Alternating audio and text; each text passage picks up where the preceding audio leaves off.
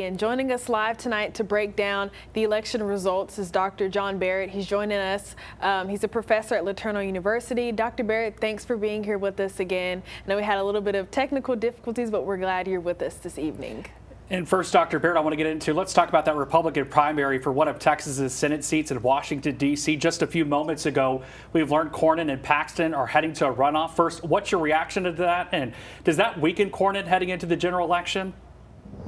Well, Cornyn's living to fight another day here.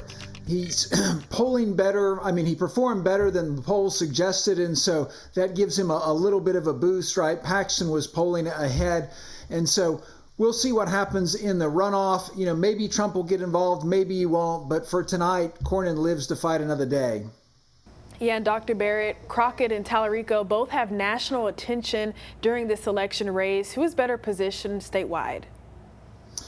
Well, Tallarico is doing very well right now. He could clinch the nomination tonight, and that would be a big story if that happens. And one of the fascinating things here is if you look at the map and you go down and you look at those counties down in the valley, you know, Webb County around Laredo and Zapata and Hidalgo, Tallarico is beating Crockett 2-1, and those are very Hispanic counties, and that's a good sign for him, right? Hispanic voters are kind of these purple voters that are up for grabs. You know, they flipped that Senate seat outside of Fort Worth, and so they did that by driving Hispanic votes. So if there's any hope for the Democrats carrying a statewide race, they got to get a lot of support from Hispanics, and Tallarico looks like he has that.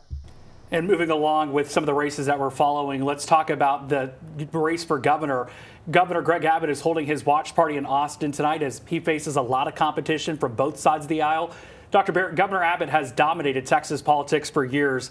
Is this primary formality, or does it reveal anything meaningful about where voters stand?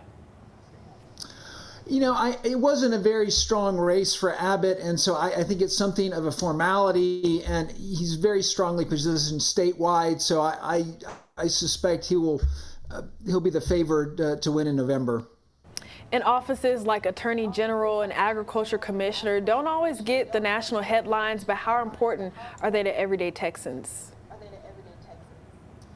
Certainly, these are important jobs. You know, the Attorney General job has kind of changed over the last couple of decades, and it's now a much higher profile position than it used to be because you get a lot of lawsuits that are filed on behalf of the state for various reasons, and so it is a consequential seat. And with this many Texans participating in a primary, are we seeing voters reaffirm the current political direction of the state or attempting to reshape it from within their parties?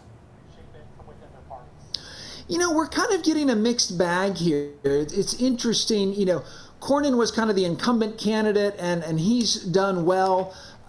You know, some of these state House races, state Senate seats, you know, we're seeing the incumbents cruise on, you know, like Jay Dean. And so that was a good night. But then on the other hand, Sid Miller looks like he's going down. And so he was an incumbent. Obviously, he had some scandals and whatnot attached to him. So it's kind of a mixed bag as far as voters signaling they're happy with what they've got versus they want some change.